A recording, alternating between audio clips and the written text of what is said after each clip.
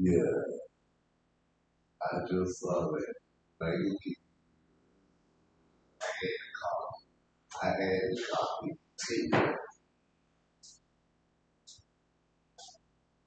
I said, no, she don't. Just get out. So, all right.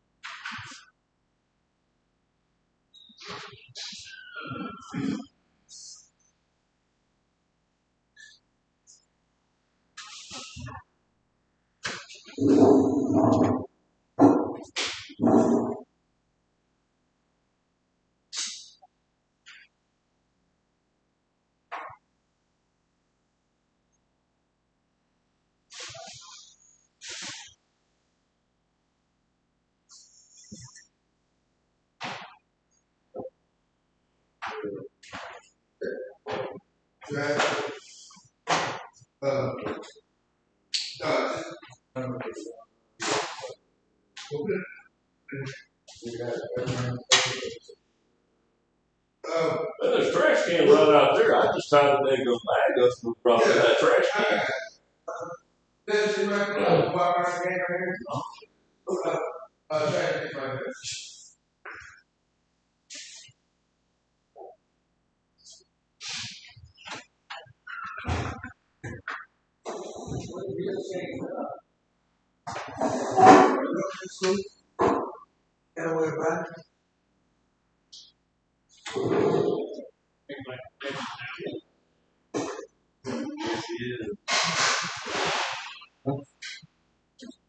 Oh, yeah.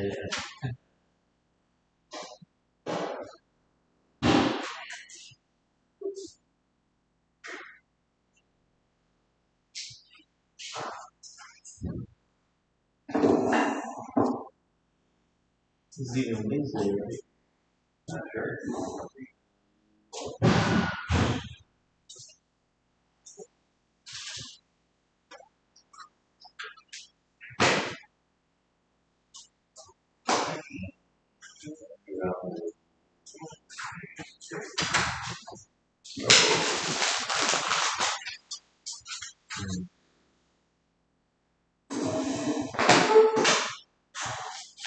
How long are you gonna be here?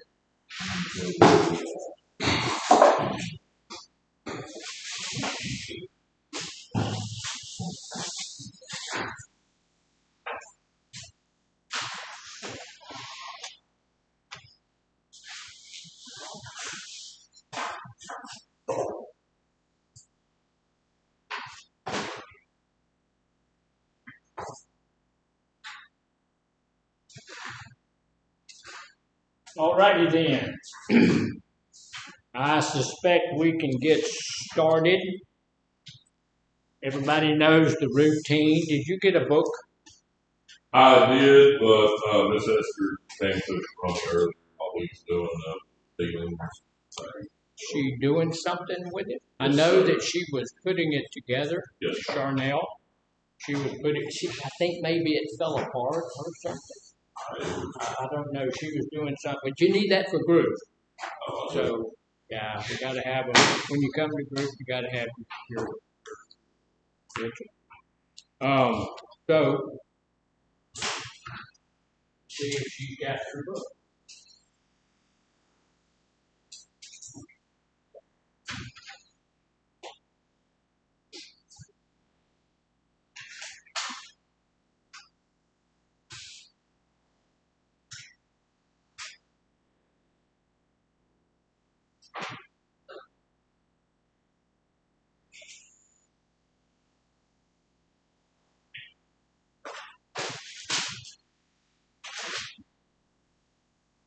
Do we have pepper running out?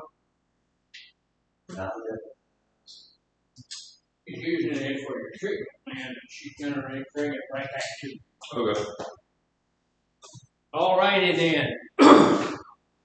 We know we got to have our book. We also know that we have to sign in on the right sheet. There are a couple of sheets going around. HHSC sheet, which is the one that you'll be on, more than likely, and the TAP sheet. The only person I know that's on the TAP sheet is over here, and I'm not seeing him this morning, so perhaps he's out for some reason or another. Brand new week. We get to start on a brand new topic, and this is for this week. It's health and recovery, physical health in our recovery. So look, that's really important. It's a whole lot more important than we give it credit for, because people who are in good physical health, they usually have a better time staying in their recovery than people who are not in good shape. So the first week here, the first day here, we're going to be talking about, and it's on page 21, and this is where we always start. So this is, and we talk about this usually every time too, but let me share it with you again. This is not 5 days. This is a 5 stages that we're going to go through. So when we first start looking at our physical health, a lot of the time, and not with everybody, I've seen people in recovery that was in really good shape. But usually, because look, when we're using drugs and alcohol, it usually does something dastardly to our health. So usually this is where we start on that first stage, which is poor. Interested, that says interested and unengaged, but what it means is they did a little bit wrong. It's disinterested and unengaged in physical health concerns.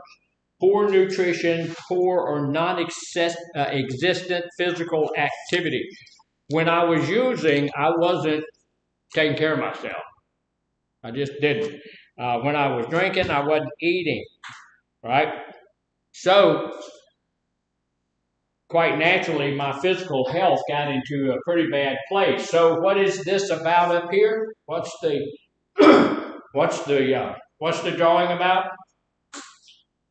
There's a couple of things you can infer from this morning.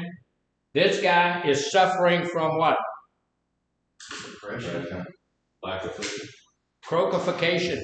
He's dead. That guy's dead.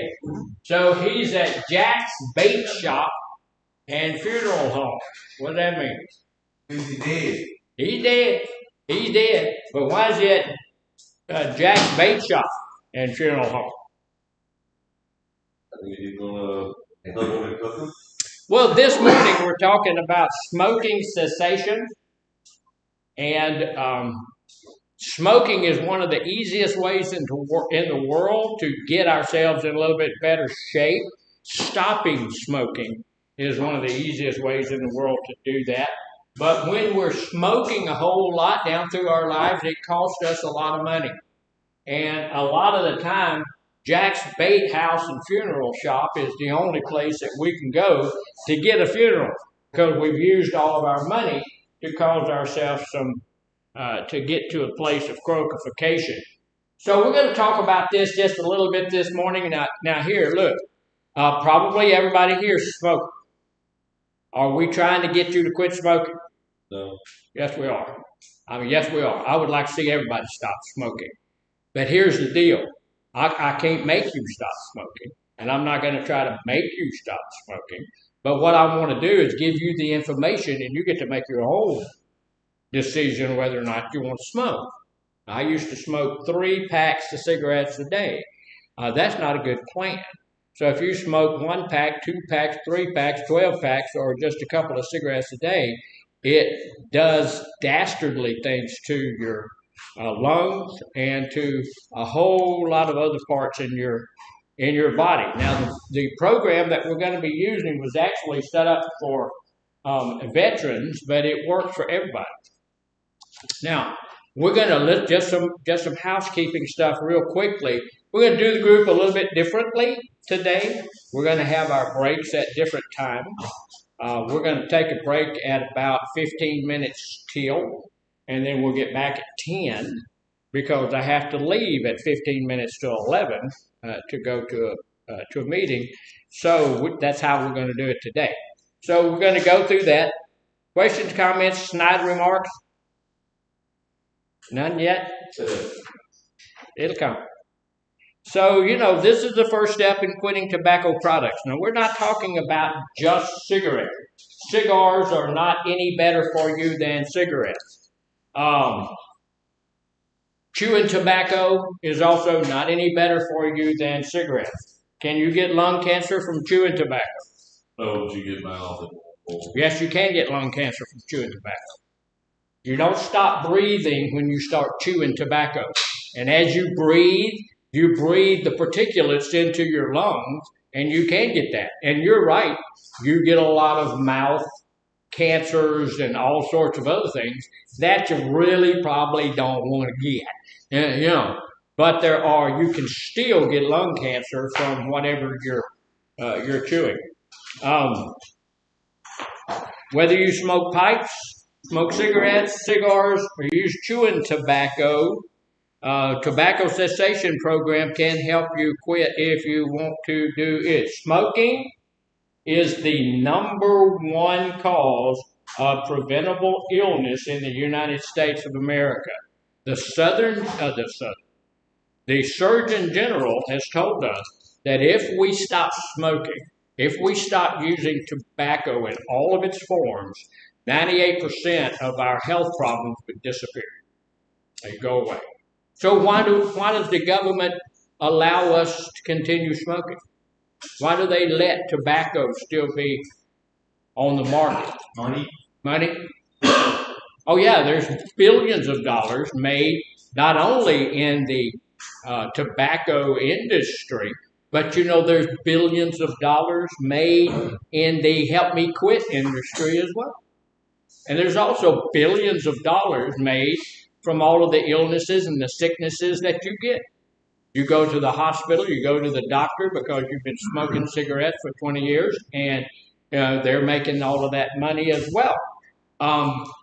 There is a group of doctors, they're up to about 20,000 of them now. That's a pretty good chunk of doctors who won't treat you if you smoke cigarettes.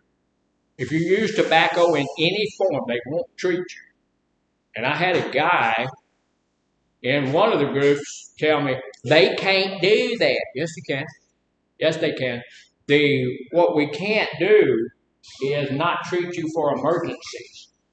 If you have an emergency, we have to send you to the emergency room, and the emergency people will get you to a place where you're stable and then send you somewhere else. But if I'm in private practice and I don't want to treat you, I don't have to. I don't have to. So if you come in and you say, well, yes, I smoke a pack of cigarettes a day, and I say, I'm not going to treat you, then that's just it. You're going to have to go somewhere else. So, and they do that because it's an ethical thing, because they're not able to treat the problem itself. They're treating the symptoms. And so when you go to the doctor, those people up there, every time you go to the doctor, you go to the clinic, you go to the hospital, all of those things, they are not treating the disease. They are treating the symptoms of that disease. And so they've decided they're not going to do that because that's what's causing all of that stuff. Smoking is the number one cause of preventable things. Smoking increases your chance of having a heart attack, of stroke, and it can damage your lungs, and it can lead to emphysema. Smoking can also cause cancer of the lungs, and we all know that, right? That it can cause cancer of the lungs because, sucking stuff into our lungs is not, we're supposed to get air in there, oxygen in there. There's nothing else that we're supposed to be putting into our lungs. So, is vaping okay? No. Vaping is not okay either. Vaping causes popcorn lung, scarred lungs, and a few other lung issues. But this stuff can also give us cancer of the bladder, kidney, pancreas as well, and it can cause cancer in the mouth and the throat. Now, not only chewing tobacco causes cancer in the mouth and the throat, sometimes people who are smokers get cancer of the mouth and the throat, and it is caused by the stuff that's in the tobacco. We're going to talk about that a little bit if we can get around to it. If you've tried to quit before and not been successful, we need to know that we don't want to give up. It sometimes takes. I quit. Like I said, I was smoking 3 packs a day. I probably quit 7, 8 times before I finally was able to get rid of it. Research has shown that it usually takes 6 to 8 quitting attempts before we can get off of it for good. It's like a chronic disease, like high blood pressure, cholesterol. You need to work at it to become a non-tobacco user. Yes, sir. You gotta go bathroom? No. No, what it is? Crazy thing is, all these 5K run for cancer marathons. Yeah. Guess who one of the major sponsors are? Cigarette. Bob Rolls, big ass cigarette company. Yeah. Run for diabetes. Guess who's one of the biggest sponsors? Coca-Cola. You see them all the time out there. The major sponsors. So what did I tell you? The circle of business. They're trying to tell you that, hey, look, we care about your health and your welfare, but please smoke. Please use our stuff. I don't smoke and I don't drink Coca-Cola. Now, our boss in here, Mr. Farmer, used to smoke a couple of packs a day. He quit here about a month ago. But he still drinks about 3 of those big old things of Coca-Cola every day. That's enough sugar to kill 5 people. So if you want to quit, and people ask that question all the time, there are a lot of different ways that we can quit. When I quit, I just threw them out the window. But, there's lots of things out there that we can use that will help us to quit. Now, the big deal is, why should I want to quit? Battery health. I don't really like, Longevity. yeah, I don't really like cancer. Smell. Yeah, I don't like the smell. When y'all go out to take a break here in a minute, I'm going to know. When you come back in, you stink the whole place up. But, if I do this, think about that. On an adult, intelligent level, if I put this in my mouth and I draw this into my lungs, it's going to kill the cilia in my lungs. It's going to make me not be able to breathe correctly. It takes away my sense of taste, so my food doesn't taste as good. It takes away my sense of smell, so that I don't smell things as well as I used to. It gives me halitosis, and then it can give me cancer on all of those different levels, cause heart attack and stroke and all of that kind of stuff. So if somebody said, here, eat this piece of candy, it doesn't taste good. It tastes nasty. And when you first put it in your mouth, you're going to cough and choke and all of this kind of stuff. But if you continue using it long enough, it will kill you. Are we going to eat that? Some people would. Some people, it ain't going to happen to me. Give me that candy. That can't hurt me. But, we do the same thing with tobacco. So why do I use tobacco? Why do you think we're using it? Your stress level down. It does help with stress. It will do that. It is an addictive drug, and it will help you. It'll bring stress levels down just a little bit. It has a calming effect on you. It's a psychoactive drug that will help that just a little bit. Also, when I'm 12 years old, doesn't it look really cool? Looks really cool, man. I mean, I look really cool sucking on something that's killing me. Tobacco use is associated with a whole lot of different behaviors, but they're closely related. One thing we need to understand is that tobacco use is a learned behavior. Now, what do we talk about? What do we say about learned behaviors? It's called, You can unlearn it. You can unlearn a learned behavior. So if it's a learned behavior and I can unlearn it, then if I do unlearn it, then I'm going to be able to maybe live a little bit longer. People who are non-smokers live an average of 10 years longer than people who smoke. So that's it. Maybe you don't like living. So it's a learned behavior. meaning that you learned this from your family, your friends, magazine ads, television, movies, during your military service, wherever you learned it from someone else. One of the things we used to do all the time when we were in the military, when we were on maneuvers and stuff like that, if you got them, smoke them. And that people who didn't smoke, they would start smoking, because if you got them, smoke them. Everybody sits down to smoke. Hey, you're not smoking. Come do this and come do that. Pick this and load that and hold that bell and lift that margin. All of those kinds of things. So here's the deal. Think about how often you puff or drag on a cigarette in a day. If you smoke 1 pack of cigarettes a day, each cigarette takes 10 puffs. That's 200 puffs a day. Over the course of 40 years, that's 3 million puffs. 3 million times you have assaulted your lungs. 3 million times you have assaulted your body. So you can see how that's going to cost you over the long run. Not just monetarily, it's going to cost you in your health. And so we can see that. Anything that you do that with. I had to pour my tea out this morning. I was drinking that throat coat tea and putting a little honey in it. And I looked it up, and they say, oh yeah, honey's good. Honey's good for you. Can't use a whole lot of it.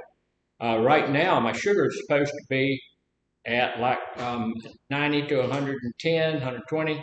Right now it's 228. Jeez. That's just with one. I had 2, so I threw the other away. So we get an opportunity to do the right thing. And that's what we're doing here when in a smoking cessation class, to give you the opportunity to make a choice that's going to be better for you in the long run. I've had dozens of people, maybe more than that. I've been doing this for quite a while. But I've had lots of people tell me, I don't want my children to do what I do. How do you fix that? Then don't do the things that you do so that they don't learn. That sounds good, yeah. Don't do it, because if you do it, they'll do it. And no amount of you shouldn't do it is going to be helpful. No amount of don't do what I do what I say do is going to work. That's just going to give them a good excuse for bad behavior when they grow up, because you are their primary role model. So if you don't want your kids to drink, smoke, use drugs, beat their wives, go to prison, then you don't do it. That's the only way you can do it. If you do it, they'll do it. That's just the way it is. Now, there's always an outlier. There may be that one kid that's smarter than you are, but not usually. So it's also a triggered behavior, meaning certain activities or times of the day may make you think about having a cigarette or chewing tobacco. Mine was drinking. That triggered me real badly. Eating was weird, because after you eat a nice meal, you want to have a cigarette. Sex. After sex, you want to have a cigarette after that. All of that, somebody said calming you down. All of that is about calming you down. So lots of things that we do that will trigger us. Waking up in the morning. Wake up in the morning, you're coughing and hacking and all of that stuff, because cilia in your lungs have been destroyed. You can't, your lungs can't clean themselves anymore. They're filthy. And so in the morning, over the night, you sleep, you breathe more deeply. And so you're breathing in all of this crap that can't get out because you've destroyed your cilia. And so it's going down, laying in the bottom of your lungs. So when you get up in the morning, you have to cough that stuff up. And that's where the smoker's cough comes from. So you cough for 10 minutes, try to get all the crap out of there, and then you will what? Light a cigarette.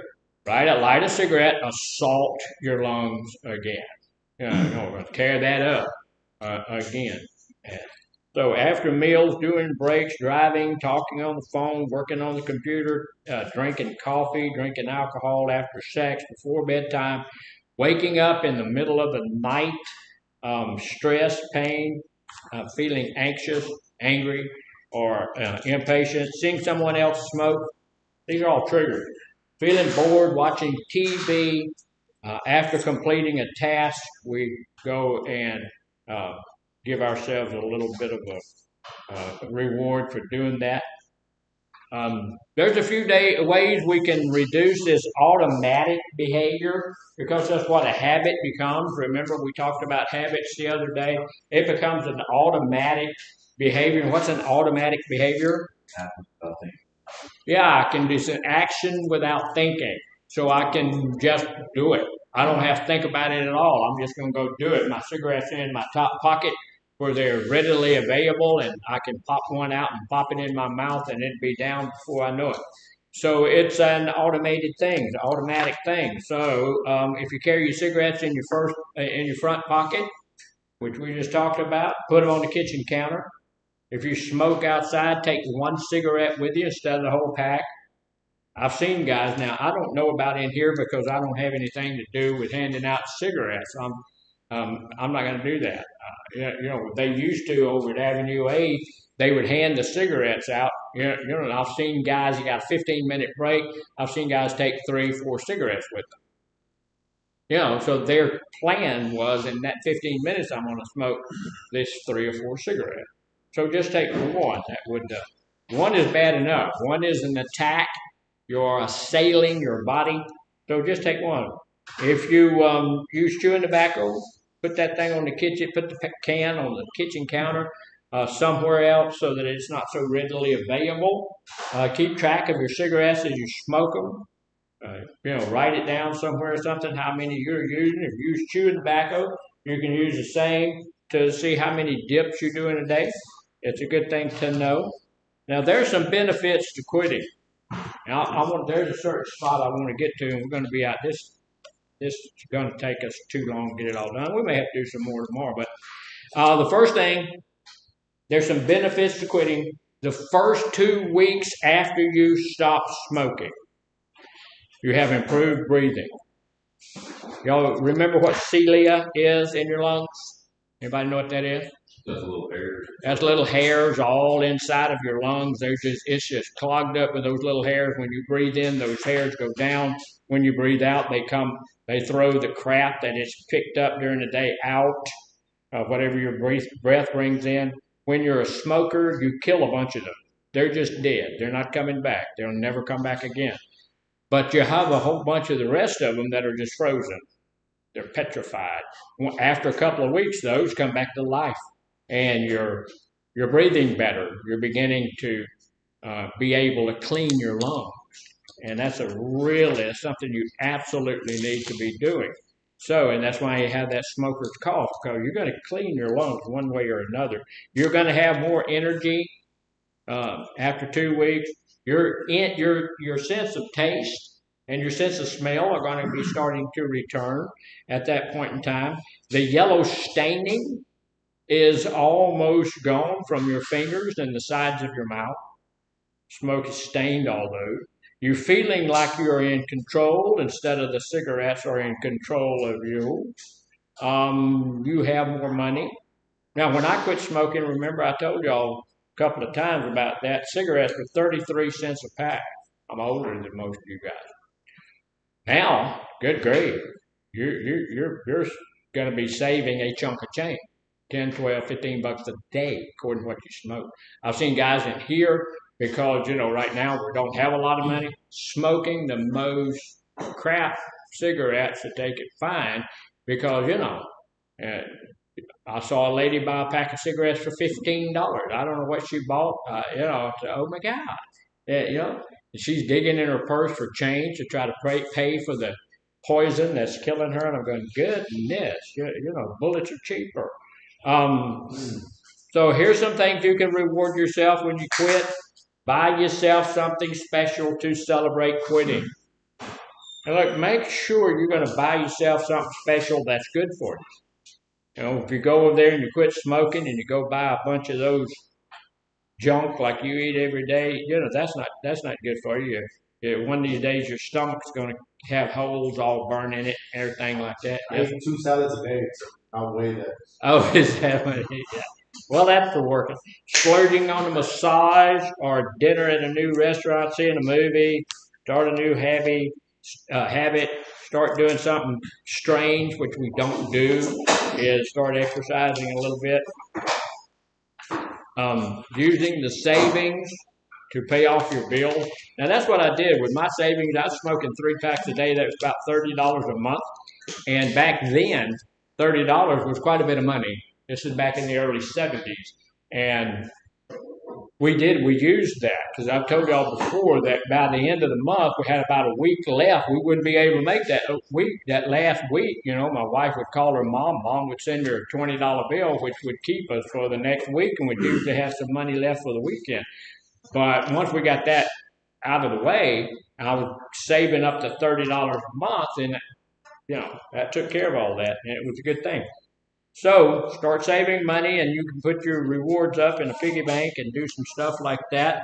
There's a lot of stuff out there. We're not going to go through it all, but there's a whole lot of stuff. If anybody feels like they want to do it, I'll certainly give you this a list here, resources.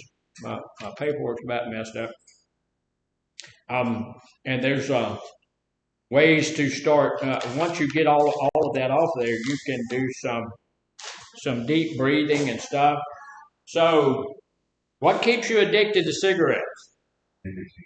Nicotine. So, what is nicotine?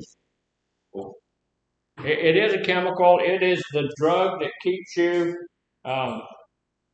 addicted to tobacco. It's a natural drug. Nicotine is a substance found naturally in tobacco. It's already in tobacco, and it causes. Say it again. Kind of like marijuana. Kind of like marijuana. Yeah. So we'll talk a little bit about marijuana because we somehow or another we've got this idea that okay, I'm gonna quit smoking cigarettes, but it's okay to smoke marijuana. Marijuana causes cancer? Absolutely. Every cancer that a cigarette causes, marijuana causes. Marijuana has 7 times as much tar in it naturally as cigarettes do. Now, this nicotine causes feelings of pleasure, relaxation, or stimulation, and can reduce stress. So this is what keeps us addicted to the tobacco. Nicotine is the addictive part of tobacco, but it is not by itself harmful to your body unless you use a real big ton of it at one time. They use nicotine sometimes to kill rats, okay? But it's got to be a big old concentrated thing. So smoking, chewing, whatever that, you're not going to get that concentration. So it is not the nicotine that's harmful to you. It's not the nicotine that's going to kill you. You could take the nicotine out, use it. That's why we have nicotine patches and all of that kind of stuff, because it's not a deadly substance. So it's not itself harmful to your body. The other substances found in tobacco, substances formed when tobacco is burned, is what's harming your body. There are more than 7,000, I'll get a hold of that, 7,000 chemicals in tobacco smoke. And of those 7,000, 69 that can cause cell damage, cell death, and cancer. So every time you smoke a cigarette, you put 69 different things in your body that is attacking your body, assailing your body, and attempting to give you. It's going in there to cause you cancer. So what are some of the things that are in the cigarette that causes you some problems? We've already discovered that nicotine is not going to cause you all that much problem unless you take it in a very large dose. But it also has, all cigarettes have carbon monoxide in them. What is that? What is it? CO2? Okay, what is that? It is a colorless, odorless gas that is poisonous to humans and animals. It will kill you. It's the stuff that comes out of the tailpipe of the car. A lot of people commit suicide by sticking their nose up in the tailpipe of their car. So it will kill you. It has lead in it. So what does lead do? What is it? Cause cancer? It does cause cancer. It also causes central nervous system damage. It's going to cause you some damage that way. It has arsenic in it. What is arsenic? Poison. It's a poison, very poisonous. There's not enough arsenic in there to kill you in one cigarette, but over a period of time, it builds up in your system. Arsenic will go into the fat cells in your body and stay there. Right now, everybody in here has arsenic in their body, a poison that they use to kill rats and mice and roaches and people with. So it's a pretty bad thing. Anybody here ever ate apple seeds? Yeah, I filled with it. Yeah, they have arsenic in those apple seeds as well. So you really shouldn't be eating apple seeds. And if you smoke a lot of cigarettes and eat apple seeds with them, don't do that. Because you get a lot of arsenic, and it's going to get you after a while. It also has hydrogen cyanide in it. So what's hydrogen cyanide? Of course, that's a poison. It's used to make synthetic plastics. It's used to make pesticides and stuff like that. It is something that's going to just outright kill you. It has cadmium. We put cadmium in your cigarettes. That gives it a little bit different taste, and it helps you to. It gives it a smoother taste. But what is cadmium? It is a metal, but it's kind of like mercury. Mercury is a fluid metal. Cadmium is akin to mercury, and it affects your kidneys really, really severely. What about benzene? It has leukemia. Yeah, it's a solvent. It causes your body's cells not to work correctly. So we are attacking and assailing our body on a whole bunch of levels. It has ammonia in it. What is ammonia? It's an irritating and corrosive cleaner that causes cancer. So we're sucking that into our lungs. It has polonium-210. That's my favorite one. What's polonium-210? It is a rare, highly radioactive, and volatile soft metal that they put in there. Again, to keep the cigarette tasting fresh to you. You take a pack of cigarettes, put them up, and they're on the shelf for 30 days, or shelf for 2 years, and you get that pack of cigarettes, they taste perfectly good because it's got all of this radioactive crap in it. It's got formaldehyde in it. What's formaldehyde? It's the embalming fluid, and it's also used to make glue. Now, here's the deal. Y'all don't get offended. But I'm thinking of all the crap that's in cigarettes that you suck into your lungs on an hourly basis. Formaldehyde is probably the one that's the best idea because you're killing yourself, and so you're getting yourself formaldehyded ahead of time. So, yeah. People smoke hemp or formaldehyde or charm or whatever. Say it again. They smoke formaldehyde straight up. Well, they do. Yeah. They do, and that's a good excuse for bad behavior, isn't it? These other people are doing that, so I might as well smoke cigarettes. Okay. That don't make any sense. I don't care what you're doing. I'm not going to do something stupid because you're doing something stupider, right? People do smoke formaldehyde, right straight up. Along with people take cocaine. Y'all know that? Believe that? People will use cocaine.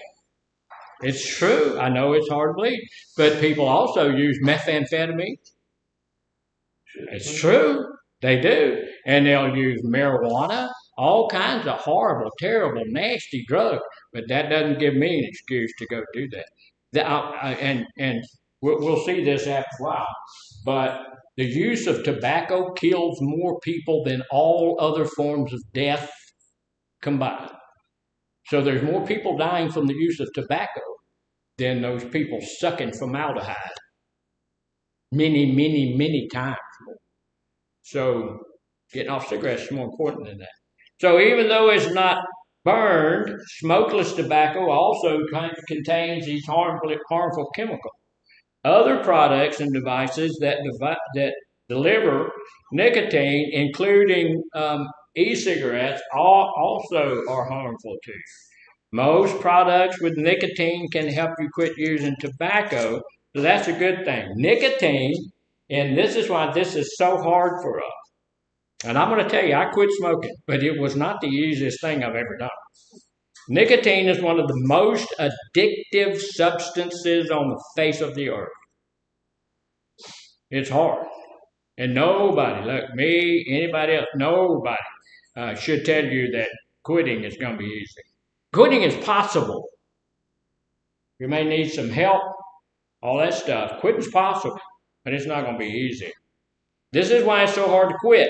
You feel the need for a cigarette when the level of nicotine in your body starts to drop. And here's what's amazing, that nicotine drops out quicker than most other drugs.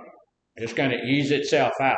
That's why every 30 minutes, every 15 minutes, in my case, it was every couple of seconds, because I was a chain smoker. Tried to smoke 3 packs of cigarettes a day. That's not easily done. And so I was, and it's almost, somebody said the other day, it's like you were smoking one right behind the other. Yeah, absolutely. Yes, sir. Hey, is there some medicine to help stop the cravings for smoking? Oh, yeah. Like there is for alcohol? Sure, yeah. And do you recommend? Yes. Look, anything that will get you off of cigarettes, I recommend.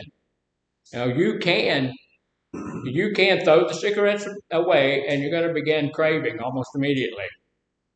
Your body, the moment you throw them in the garbage, your body's going to tell you, your limbic system's going to tell you, look, we're giving out nicotine. If you don't start smoking right now again, if you don't get stuff, you're going to die, right? That's what it's going to. You're not going to die.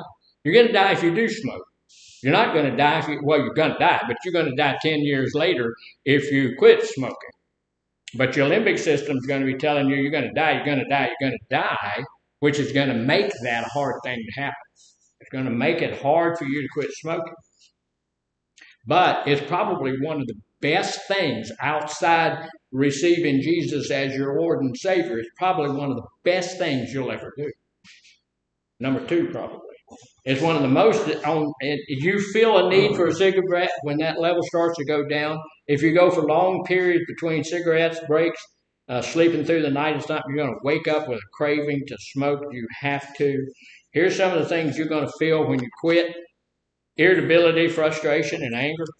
Anxiety, difficulty concentrating, restlessness, depressed mood, difficulty sleeping, increased appetite, coughing, runny nose, craving, and urging. It's going to be a hard road to hoe for a few days. After about 3 days, those things start to level out a little bit. It gets a little bit easier. Most of these symptoms start the first or second day you're off tobacco. They are at their worst in the first week, get better with time. Most symptoms completely disappear after 2 to 4 weeks. So it's not easy. You need some support. You need some help.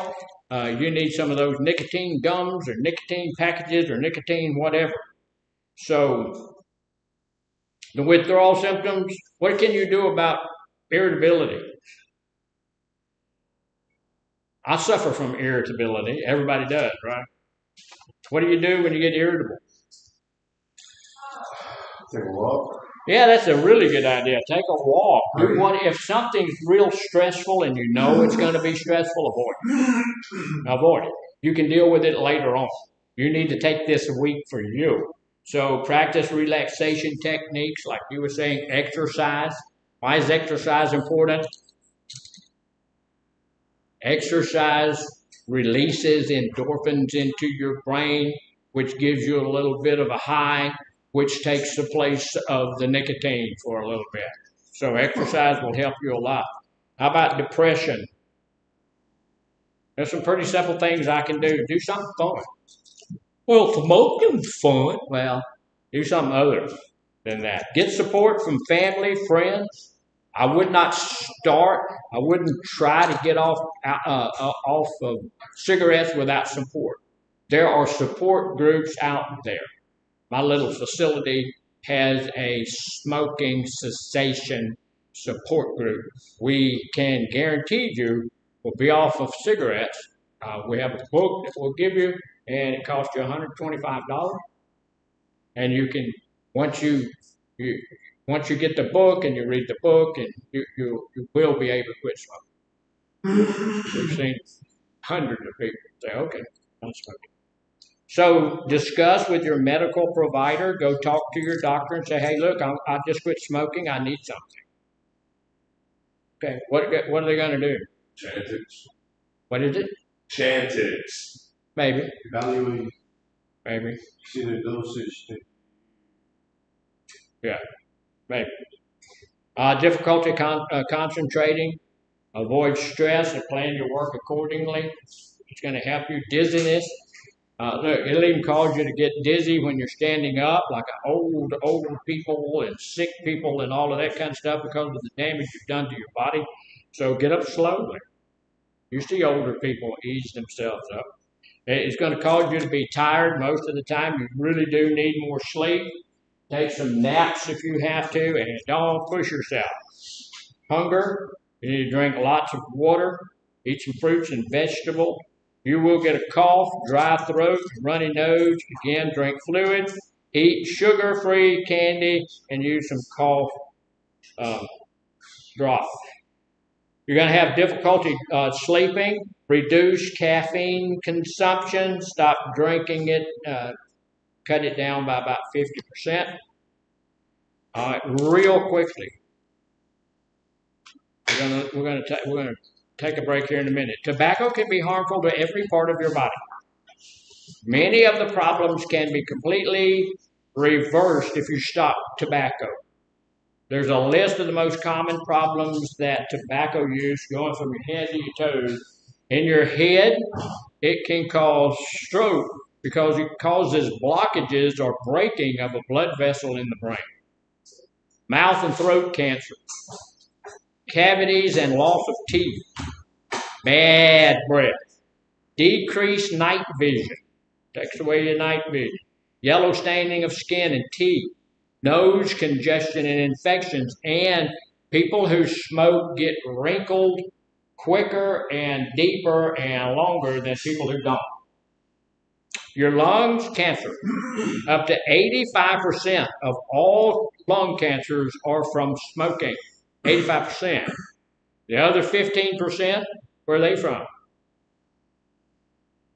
Some of them are from secondhand smoking and third-hand smoking. It's all about tobacco.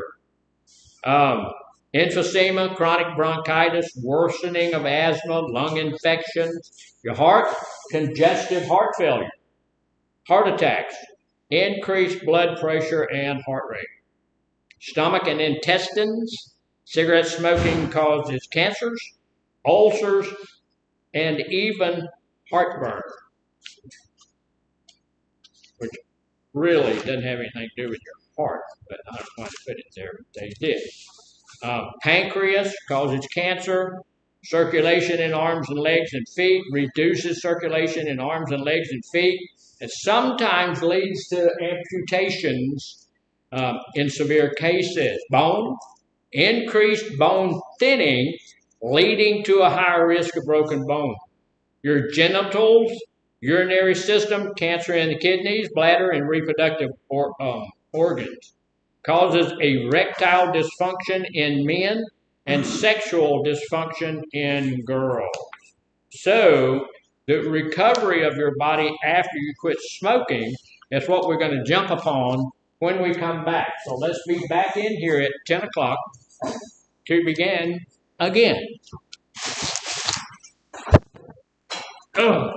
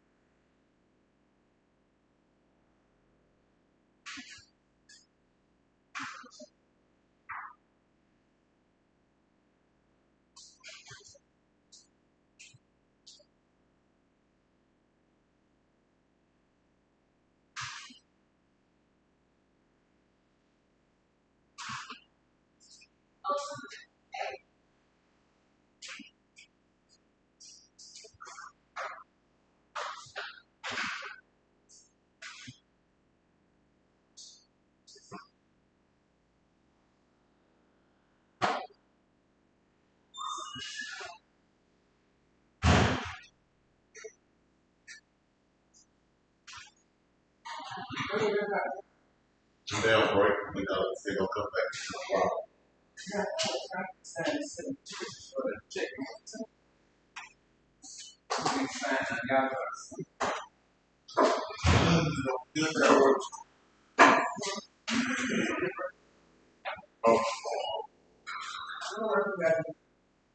Don't worry about what I have to do.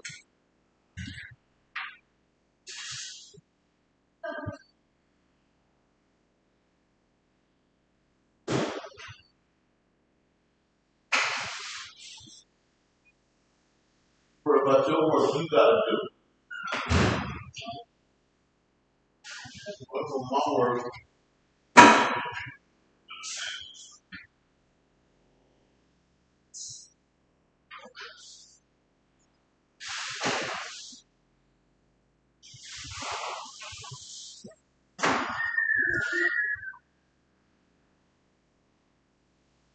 You don't have to feel strong, baby, to be my show. You don't have to stop, no.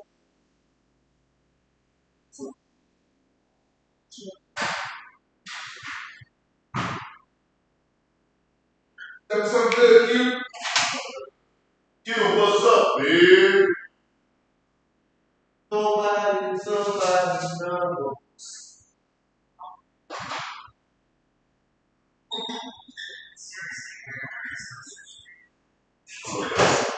Come on, you go.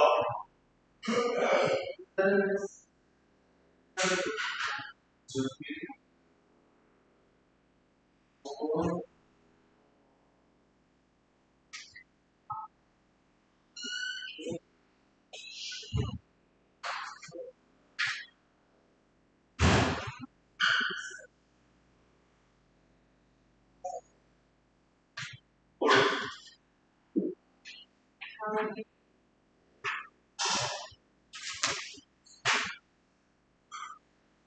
Oh, snap, crackle pop.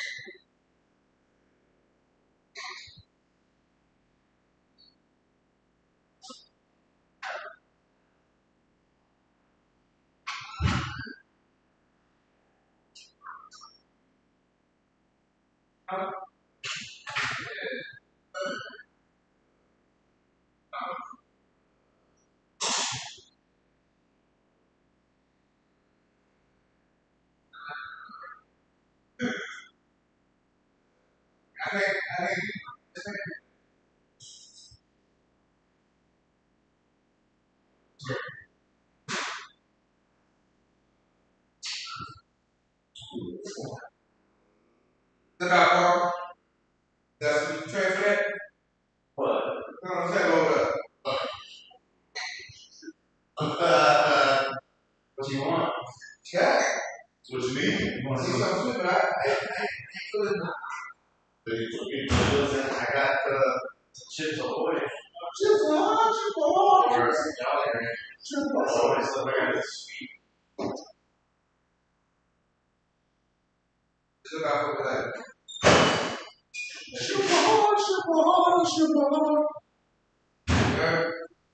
Yeah.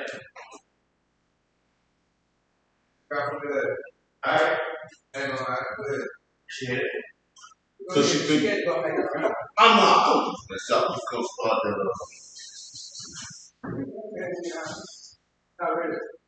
You already started. I had to make a thing for it.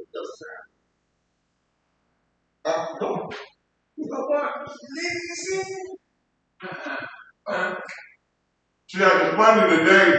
Yeah. Oh, I did not say that really.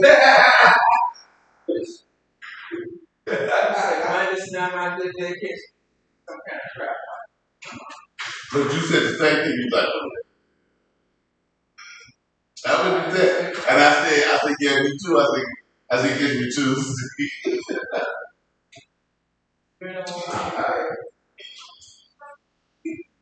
But since to be on that bush. Hey. We're gonna make today. Okay, all right. So that's good.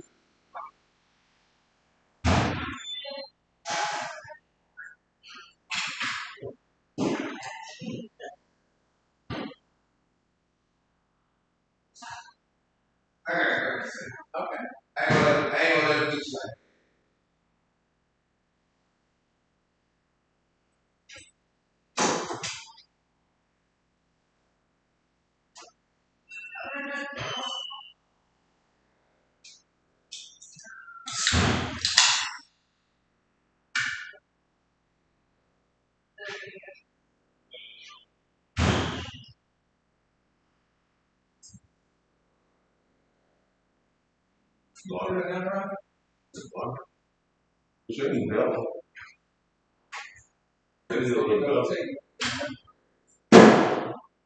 When come we become different. We come we got to the part. He said he's feeling better.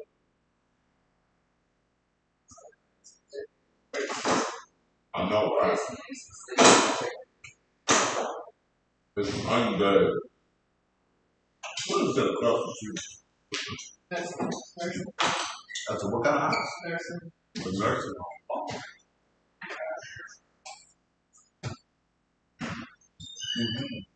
How you doing? When we were busy, I thought it was no house.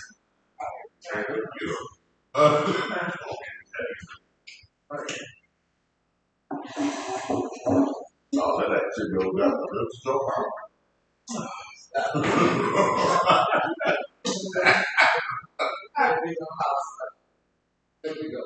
Nino Brown had a whole apartment complex. I say Nino Brown had a whole apartment complex.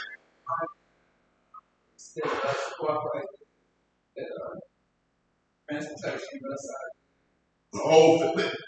Got a whole finish. That's the name, everybody. Yeah, I said you know, shit, I don't know. I don't know. I thought we was we wrote it a different way.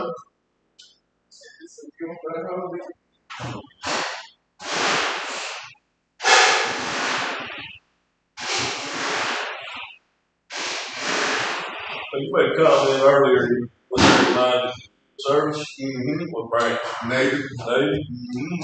Navy. Shit, 80s, 90s, maybe 2000. It came out in 2000. Oh, so you retired out of it. Navy service. Yup. Were you deployed? This shit. Think about that when you said that.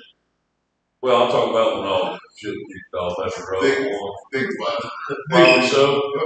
Yeah. Been in that long. Shit. I always, because it's like, I tell folks out there, it's not like the Army or that.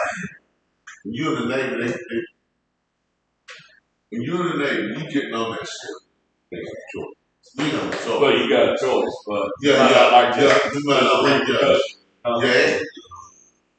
Your ass is getting on that ball.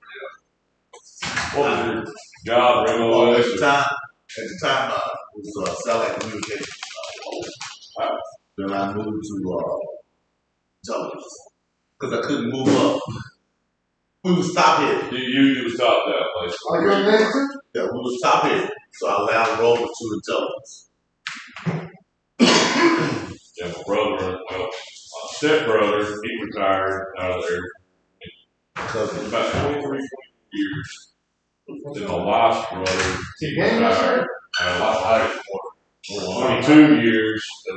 He was in the okay. he rolled over to intelligence after his third one. They wanted to send him back for a fourth, but that's when he rolled over. He had that thing. He said, "I knew if I went back on this fourth, I ain't coming back." Man, I was over there. I was stationed after 7 years. Oh wow! Stationed in Mississippi. So when the storm broke out, Well, that was 88, 89.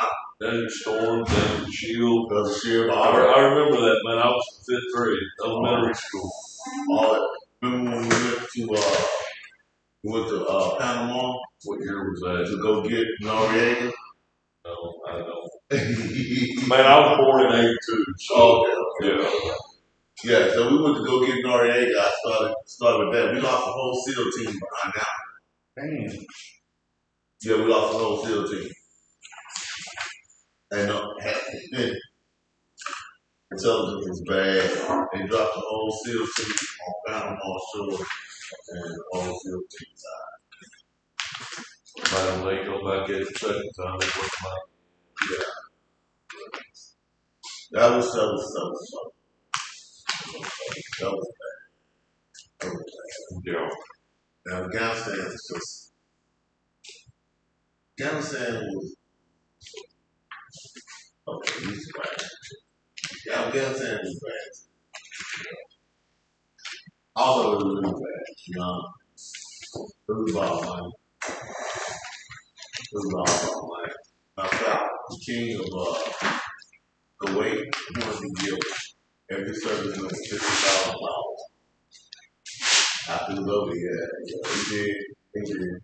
George Bush was like, nah, they good. They did their job. You give that money to Jesus.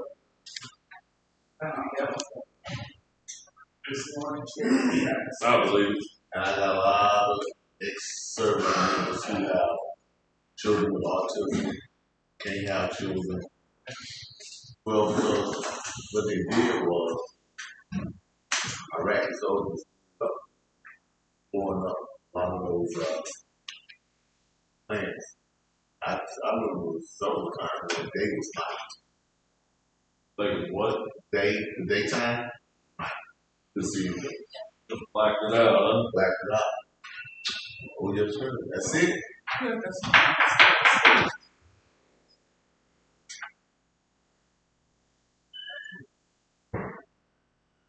But it is.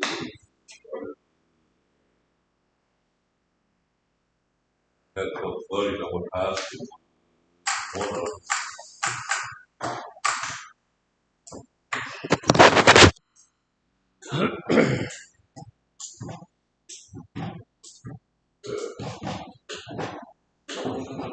Everybody else, this is G-Ray. All right, we're going to get started back. We'll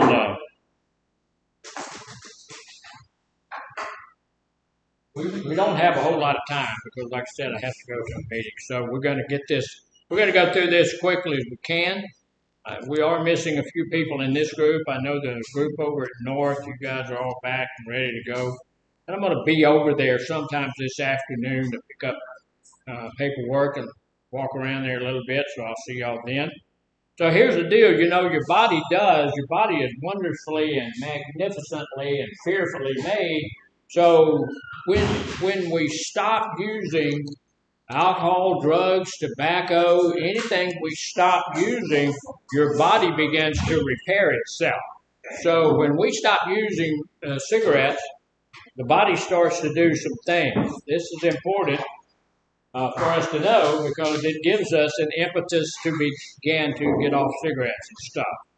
So this is your recovery of your body after you stop using tobacco. After you quit using tobacco products, your body will start to heal and you'll start seeing a lot of improvements pretty quick.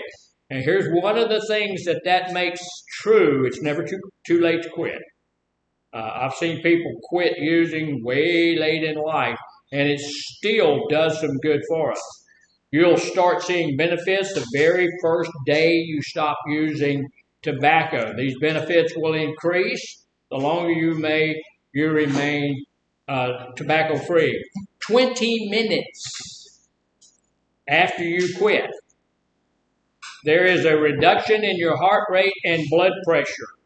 The temperature of your hands and feet will start to return to normal. While we're smoking, our hands and feet have a temperature loss of up to 20%, which means that your hands feel cold and your feet feel cold.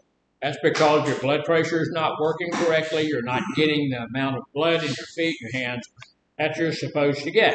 So that starts 20 minutes after you stop using. 12 hours after you quit, the carbon monoxide level in your blood drops. Because every cigarette that you smoke has carbon monoxide in it. So we have a level of carbon monoxide in our bloodstream.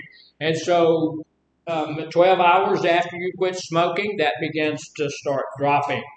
24 hours after you quit, anxiety, irritability may start due to withdrawal from nicotine. Those symptoms get better the longer you're off tobacco. I have no desire to smoke whatsoever. I think I was like 24 when I quit. So that's like 67, 68 years ago. So I don't have any desire for a cigarette or anything like that at all. So it does go away. It doesn't take 67, 68 years. It takes a little while. 2 to 3 days after you quit. Nerve endings in your body start to regenerate. All of this stuff that we're sucking into our body destroys the nerve endings in your body. That's why your sense of taste goes away, your sense of smell goes away, even your sense of feel is affected. So nerve endings start to regenerate, and you notice a return in your taste and smell. Anger, anxiety, and irritability from nicotine withdrawal at this point in time may be at its worst. But this is 2 or 3 days. So it's going to be at the worst level during that time. Nicotine replacement with nicotine gum, lozenges can help that. But your breathing also is going to get even better by now. A week after you quit, tobacco cravings and urgings may be less frequent, shorter in duration. Things are getting better. Your body is becoming healed, which is a good thing. That's only that. 2 weeks after you quit, blood pressure or blood circulation in your gums and your teeth are similar to a non-smoker. It takes 2 weeks for you to get to that level. That's not too bad. You should no longer have anger, anxiety, irritability from nicotine withdrawal. So here's the deal. Most of the crap is gone in about 2 weeks. Cravings and urges should be less frequent and shorter. 1 to 3 months after you quit, your heart attack risk has started to drop. Your lung function continues to improve. The blood circulation in your body has improved, and walking gets a little easier for you. You can go faster than you used to when you were smoking. If you had a cough when you smoked, the cough should be at this point either gone or almost gone by this point. So that's 3 months. You can see what all of these chemicals that we're sucking into our body, what it does to every part of your body. It attacks your body on even the cellular level. So it's really the worst possible thing we could do to ourselves. 1 to 9 months after you quit, smoking-related nasal congestion, fatigue, shortness of breath, they're all improving by this time. Cilia, the hairs in your lungs, throat, and nose, have regrown in your lungs, can clean your lungs to remove irritants and mucus and reduce infections. So they're back, they're working. 1 year after you quit, the risk of cardiovascular disease, heart attack, and stroke have dropped to less than half that of a smoker. So it's gone down by about 55-60%. So you still have that, and it's caused by the fact that you didn't smoke. So it's down at 10 to 15 years after you quit. Your risk of having a stroke or heart attack has dropped to a similar rate as a non-smoker. So 10 years from now, if you quit today, 10 years from now, you have the same risk as someone who's never smoked of having a stroke or a heart attack. Your risk of lung cancer is 30 to 50% less than a continuing smoker's risk. Your risk of death from lung cancer is 1/2 of the risk if you for an average smoker, like averagely people smoke about 1 pack a day. Your risk of pancreatic cancer is similar to that of a person who's not smoked. And your risk of mouth, throat, and esophageal cancer has reduced significantly. You can still get it, but it's reduced a whole bunch. Your risk of tooth loss has decreased to a rate similar to someone who has never smoked. 20 years after you quit, and this is only for women.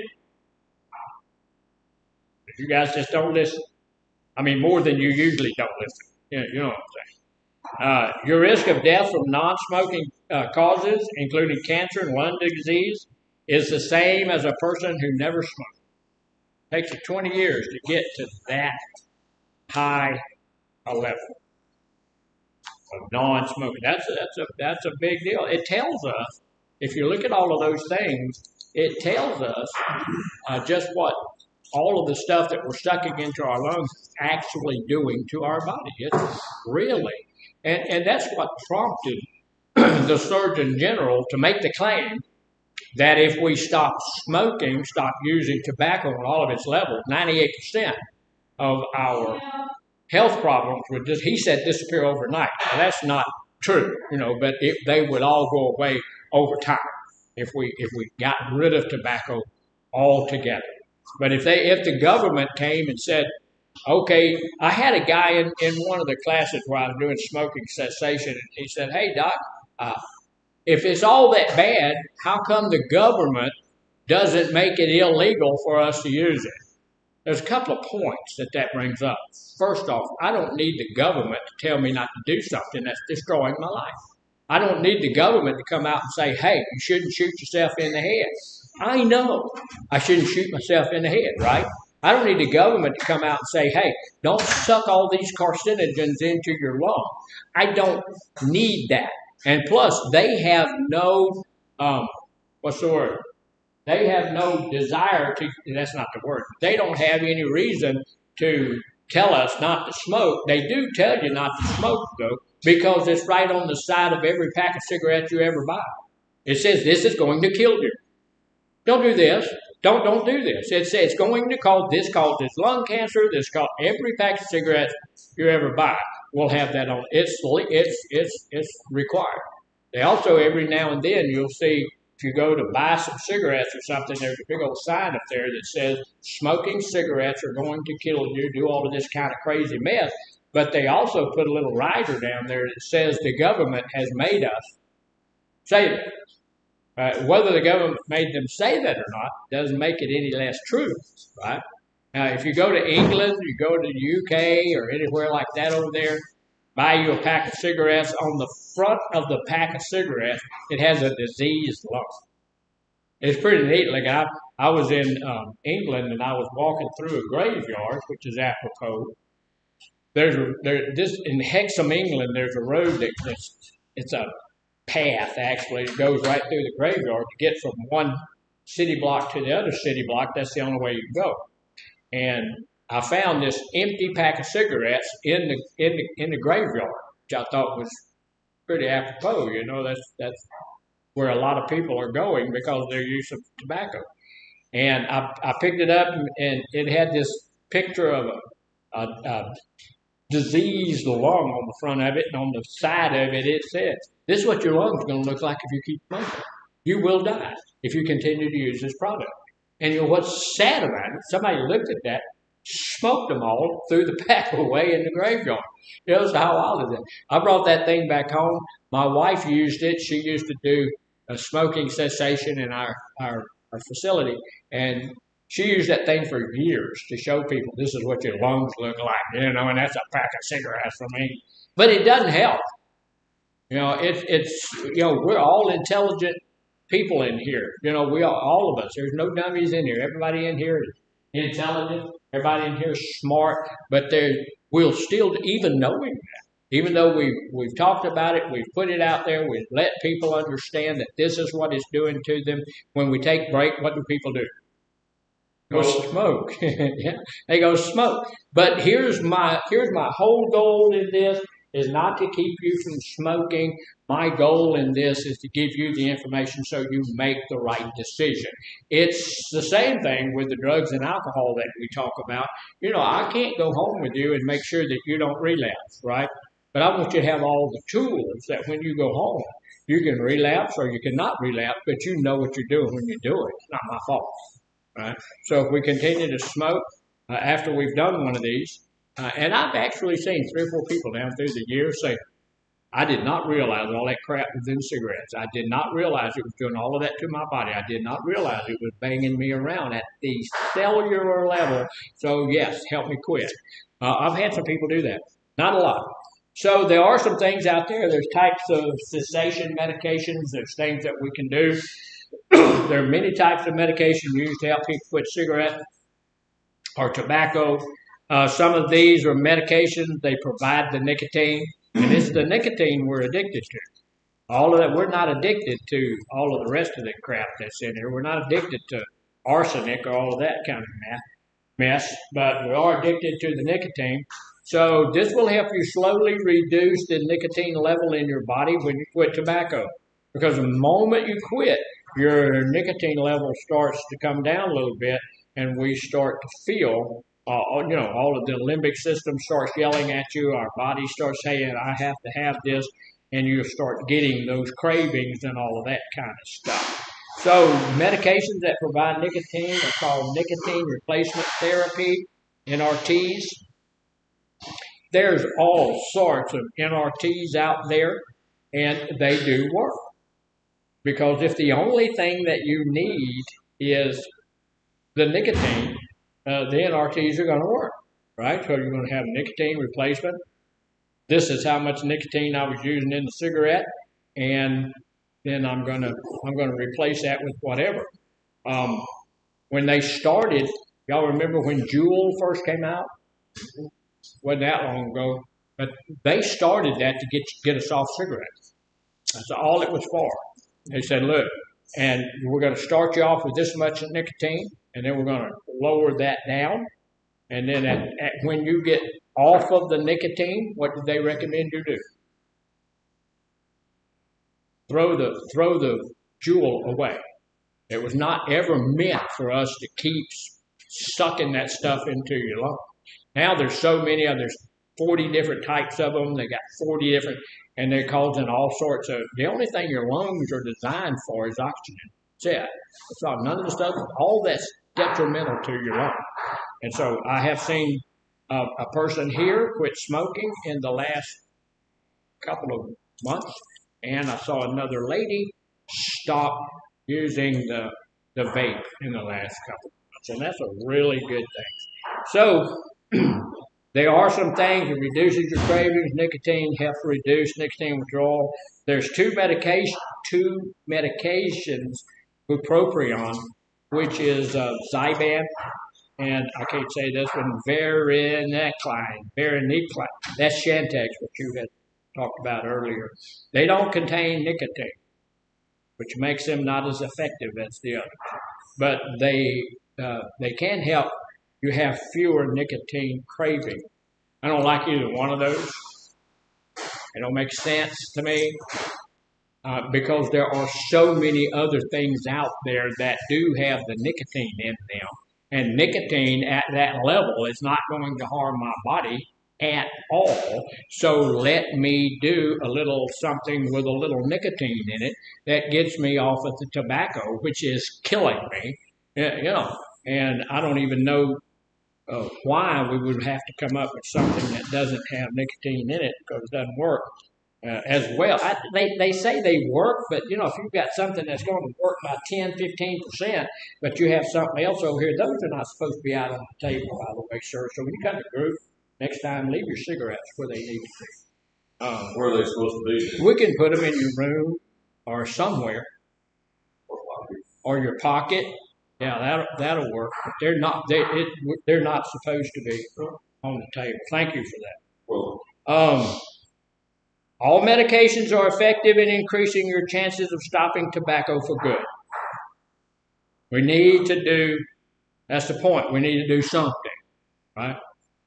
So the medications listed below are available just about anywhere out there. You can get them at the VA. You can get them from your primary care provider or mental health provider. If you're interested in using medications to help you quit tobacco, or you can get them on your own. A lot of those you can get for free. You can pick up some stuff for free from the health department and a few other places. Nicotine replacement therapy is used by tons of people every day to get off of it. That nicotine patch that you put on your shoulder, those work. They do work. I've seen a lot of success with those things. Nicotine lozenges, they work as well, not quite as well as the patch, because the patch, when you put it in there, it releases it over time.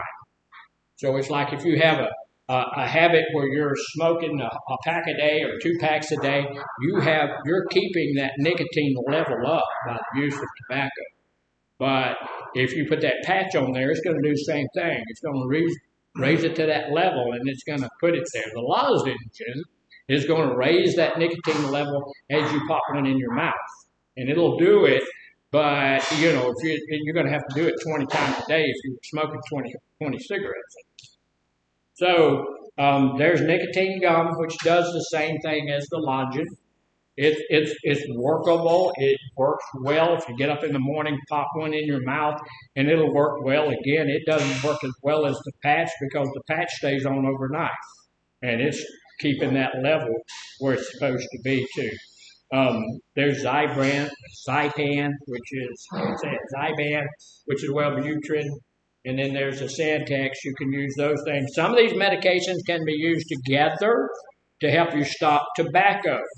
If your addiction is so strong that one of these is not working well, then you can add this other with it, and maybe that will do something. Many studies have shown that these combinations are effective and can work better than using one medication alone.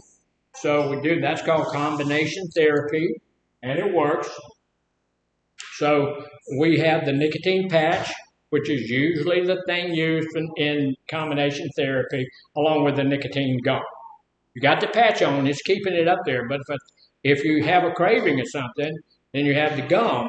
Or, I'm diabetic, and I shoot myself every morning, but I also have another quick-acting thing in case it shoots up or something, and shoot myself with, and it lowers it down. That's the same thing this is doing. And, you've got the stuff on there that's working all the time. It's helping to keep that nicotine level up.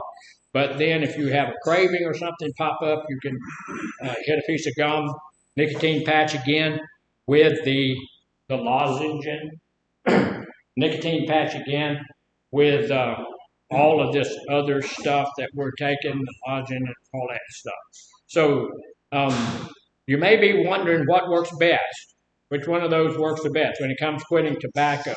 At this time, it appears that combination therapy using the medications listed above, along with behavioral strategies, have the highest success rate. For most patients, The choice of medication will be based on your medical history, which you can discuss with your medical provider. I told you that we had a program in my facility where we get you off of that. One of the first things that we do, and we talk about this in here all the time, positive self-talk. We do that. And when you come in, we don't allow any negative self-talk. So if you come in and say, well, I want to quit, but I can't. You can't do that. You can't say that. Our little booklet tells you you have to be positive in everything you say. You come in and say, well, I don't smoke. You got a pack of cigarettes in your front pocket. Are you lying? What did we say that was? That's a goal that I have for myself. I don't smoke. So I keep saying that to myself, sometimes even as a cigarette is headed toward my mouth. I don't smoke. So if I'm telling myself I don't smoke, then your limbic system is going to tell you, what the heck are you doing putting the cigarette in your mouth if you don't smoke? Over a period of time, it takes effect and you won't smoke. Now there's several other little things that go along with it. That was just free. Now here's how you do it. I don't have a lot of time, but I want to go through this quickly as you need to get ready for a quit day. This is my quit day. Next Monday, I'm going to quit. This thing is off and it's talking. How can it be off and be talking? So set your quit day. This is the day I'm going to quit. I'm going to stop using cigarettes. Stop using tobacco next Monday, whatever that date is for next Monday. As that day approaches, you got to do several things. You got to get ready. Write down your quit day. That date is important. Write the month, the day, the year, the time you're going to quit. Now get your home, your car, your workplace ready for quit day. So what do you think would be the best thing to do to get ready for quit days? Probably let others know, hey, I'm fixing to be getting off these, so just bear with me. I might be ass. Yeah, that's a good point. Yeah, that's a really good point. Yeah, just let other people know that, hey, I'm about to quit smoking, and that's going to cause me to be a little irritable. A little, I might say something, do something, and that really y'all just have to overlook it. That doesn't mean you're going to be able to go around cussing everybody out, slapping people. You ain't going to be able to do that. Not but once, in my case. Now, other people, you might be able to slap them all day long. I don't usually get slapped. When I see the slap coming, that's when we deal with it. But that's a really good point. Let people know I may be out of sorts. Because I'll guarantee you're going to be out of sorts for a few minutes. And that's a real good thing. The other thing, make sure you remove all the tobacco out your house. I told you all about the girl I was dating for about 5 minutes. She had a pack of Marlboro, unopened pack in her purse. And she didn't smoke at all. And I asked her, what you got those in? Well, I'm proving to myself I can stay off of them. That's not how it's testing ourselves. We don't test ourselves. Get all the crap out of your house. Grandpa's old pipe with a little residue in the bottom. Get that out of your house. Get that going. Go through your car and clean out the ashtrays and all of that stuff. Because we don't need anybody here ever smoked a cigarette butt that you found somewhere. Yeah. Done a few of those. There for a while, I would tear them open and make, roll me a cigarette out of all the tobacco I found. But that got a little bit tedious, so I just whatever I could find. I don't know if that person. Usually, though, if they've been laying on the ground for a few hours, whatever, it's all gone. I see shows on television. I don't watch television much, but my wife does. And she'll show stuff like she watches NCIS and all that kind of crazy mess. And those people will go and dig a cigarette out of the garbage and get somebody's DNA off of it. That cigarette been in there 8 weeks. Yeah, okay. I ain't believing. I don't know. Not CSI, but I don't know if that's going to look. Because all of that goes away after a while. So, look. Get all of that. Look in jacket pockets, kitchen drawers, the freezer, your garage, other frequent tobacco storage areas. Also check inside your car for any stashes of tobacco. Considering that the average craving for tobacco lasts how long? 2 to 3 minutes. 2 to 3 minutes. If you can deal with it for 2 to 3 minutes, you'll be all right. Removing nearby tobacco products will keep you from being tempted.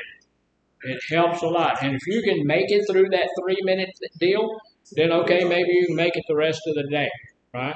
So it's going to help you a lot to be able to do that. For most folks, the urge may pass before you can get in the car and go to the store to buy some tobacco. Remove all ashtrays from your house. Remove all lighters, matches, all of that kind of stuff. These can be triggers for tobacco once you get to quit that. Since your plan is to quit, you don't need them. Go get rid of them. Remove ashtrays and lighters from your car as well. Clean up your smoking area. Make sure that thing is clean.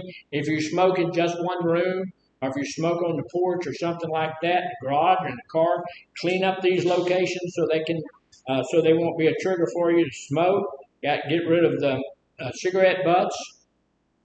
Wash the furniture. Spray upholstery with odor neutralizer. And see, that just shows you something. The use of tobacco can destroy your furniture in your house. It causes all kinds of nasty smells and all of that stuff, so you need to get rid of all of that if you can. Go to the store and pick up, stack up on some of those tobacco substitutes. Get you some stuff that's going to get rid of sugar-free gum, sugar-free mints or candies, carrots, celery sticks, other vegetables, toothpicks, straws, cinnamon sticks. They can help you when you're having a craving. Why do we have to have something like that? You have an oral fixation, so you are addicted to cigarettes in 3 different ways. You're addicted to nicotine, which is the worst nicotine in the world. I mean, the worst addiction in the world. And you have an oral fixation, which means you've got to have something in your mouth all the time. And to put something other than cigarettes in your mouth will be very helpful for us, right? There's a third one, and it escapes me right now. What is that? Don't know. So think about hobbies, other interests that can fill up your day. Some hobbies and interests to consider: puzzles, games, reading, exercise, fishing, woodworking, painting, all sorts of things. Whatever you like to do, do it. And we may need to come up with something new, because some of the stuff that I like to do, I used to smoke a lot when I was doing it. And that would make that thing that I like to do a trigger. So I might need to do something that's not what I like to do. When you're planning to quit, it's first good to look at your habits, your patterns of using. Pick 3 times you use tobacco, write those down, and then get another activity that you're going to use that you can substitute for it instead of using tobacco. For example, if you use tobacco after meals, brush your teeth instead of smoking. You can chew sugar-free gum. We're always telling you to chew sugar-free gum and use sugar-free stuff because we do not want to get you started on sugar. Anything that you can do to lower that's going to help too. Using sugar-free candy, chewing a straw, eating carrot sticks or celery sticks. Why don't we don't usually eat carrot sticks or celery sticks, do we? Why not? They're healthy. They're healthy. It's good for you. We don't want to do anything good. Say it again. I think the lunchbox, I like it. Yeah, and they're good. And I know you don't know, but I don't hear well. I have hearing aids, but I don't like to wear them. Because then if I wear my hearing aid, I can hear you. And so if you're sitting in the back cussing me under your breath, I don't want to hear that. So eating carrot stick, drinking a lot of water. You do know that we are all at a place where we're not drinking enough. Nobody drinks enough. We're all dehydrated. And if we started drinking a bunch of water, we would feel a whole lot better. So I go for a walk, do some chair exercises, deep breathing, talk to somebody. The point, and there's several more, but the point of all of that is find something to do to take the place of assailing your body. Do something. We've done that with drugs, we've done it with alcohol, and we do it even more succinctly with tobacco. How many people died from, look, we don't have a whole lot of time, so we may not get all of this, but how many people died last year from the use of tobacco? Millions. 3? Is that what you said? 3? Millions. Million? Not millions. Thousands. Yeah. 500,000. Yeah, there's quite a few of them.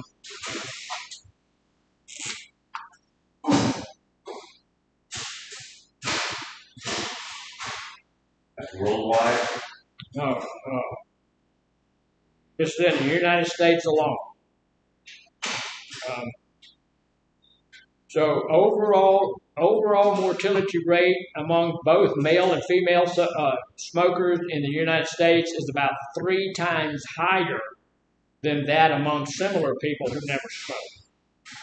The major causes of excess mortality among smokers are diseases that are related to smoking, like cancer, respiratory vascular disease. Smokeless tobacco is known cause of cancer. In addition, the nicotine in smokeless tobacco may increase the risk of sudden death from a condition where the heart does not beat properly. Tobacco is the leading preventable cause of death in the United States of America. Cigarette smoking causes about 1 in every 5 deaths in the United States each year. Cigarette smoking is estimated to cause more than 480,000 deaths annually, including deaths from secondhand smoke. I have people tell me, well, I don't let my kids smoke and all that stuff. If you smoke around them, they get that secondhand smoke, and people do get cancer and die from it. And then there's a thing called third-hand smoke. What is that? Third-hand smoke. What's that?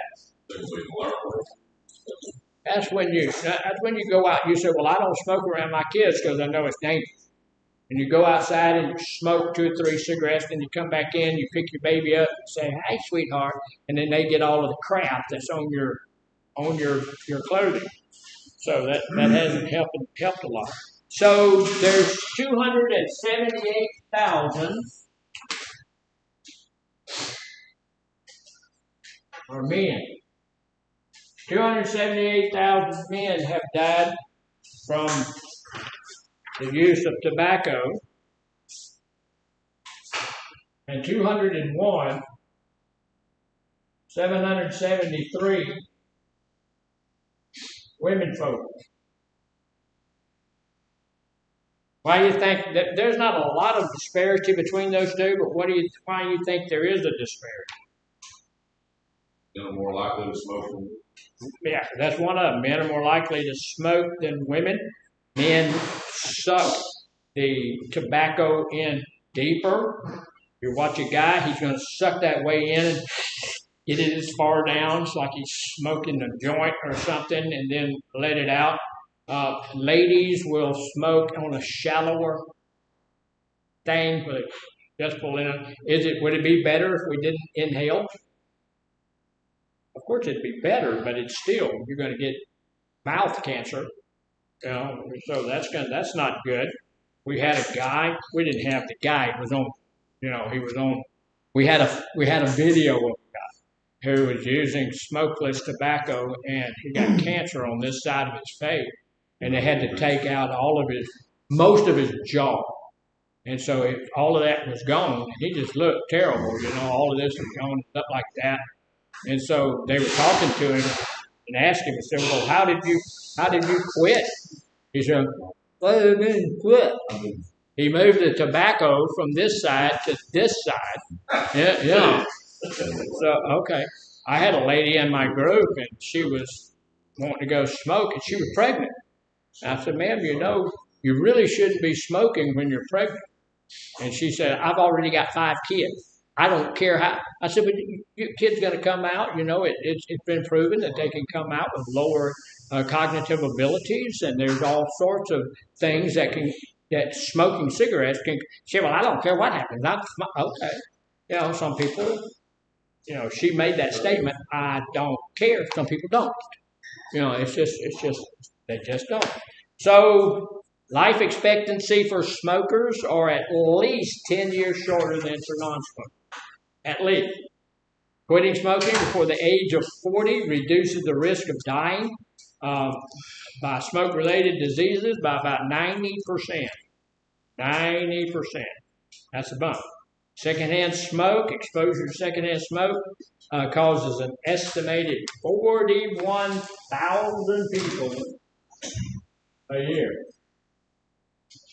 41,000 people a year die from secondhand smoke. Well, I hurt nobody but me and all of your kids and your wife and your husband and everybody else that happens to have to be around. Secondhand smoke causes 7,333 annual deaths from lung cancer and 33,951 annual deaths from heart disease. Increased risk for death among men. Men who smoke increase their risk of dying from bronchitis and emphysema by 17 times, from cancer of the trachea, lung, and bronchus by more than 23 times. Smoking increases the risk of dying from coronary heart disease for middle-aged men by 4 times. Women who smoke increase their risk of dying from all of this by 12 times, from cancer by 12 times. Between 1960 and 1990, y'all listen, ladies, deaths from lung cancer among women increased by more than 500%. Why do you think that is? Equal rights. Equal rights. Yeah, you get to die just like we get to die. So back then, and that they weren't smoking much, and it was looked down on, you know, and all that stuff for a girl to do that. And all of a sudden, you know, you can do what it, so they started smoking a whole lot. 87, lung cancer surpassed breast cancer to become the leading cause of cancer death among women. In 2000, 67,600 women died from lung cancer. During 2010 and 2014, 282,000 women. That's 56,359 women each year will die from lung cancer. Smoking increased the risk of dying from coronary heart disease by 5 times. So, we got a little list of things. The following table, the estimated number of smokers aged 35 years and older who die each year from smoking-related diseases. Annual cigarette smoking-related mortality rates in the United States of America. Other cancers include cancers of the lip, in oral cavity, esophagus, stomach, pancreas, larynx, cervix in ladies, kidney, renal, pelvis, bladder, liver, colon, rectum, also acute leukemia. So it does a lot of different stuff. So other heart diseases that we can get messed up with is rheumatic heart disease, pulmonary heart disease, other forms of heart disease, other vascular diseases, arterial diseases, COPD. What is COPD? Chronic obstructive pulmonary disease. That includes emphysema, bronchitis, chronic airway obstruction. So here's the deal about cigarette smoking and quitting. It's not good for you. It's not good for you. And it's one of the, look, and I do know that quitting cigarettes is one of the hardest things you'll ever do. It takes a minute to do that. But it is also the smartest thing we could ever do. You know, laying down the cigarettes, stopping smoking, working through all of the problems that we have when we quit smoking is one of the things that's going to be the best, the most advantageous for us of anything that we're liable to do. All right. So here's the deal. All of us are full grown and all of us are highly intelligent. You now have some of the information. We didn't get it all out. We may do some more. But we got all of the information or some of the information so that we get to make the choice for ourselves. So you just need, what I want to do, make sure you have an informed consent. You have an informed consent for yourself to decide whether or not you're going to do that. Ladies, I will be over there after a while to pick up my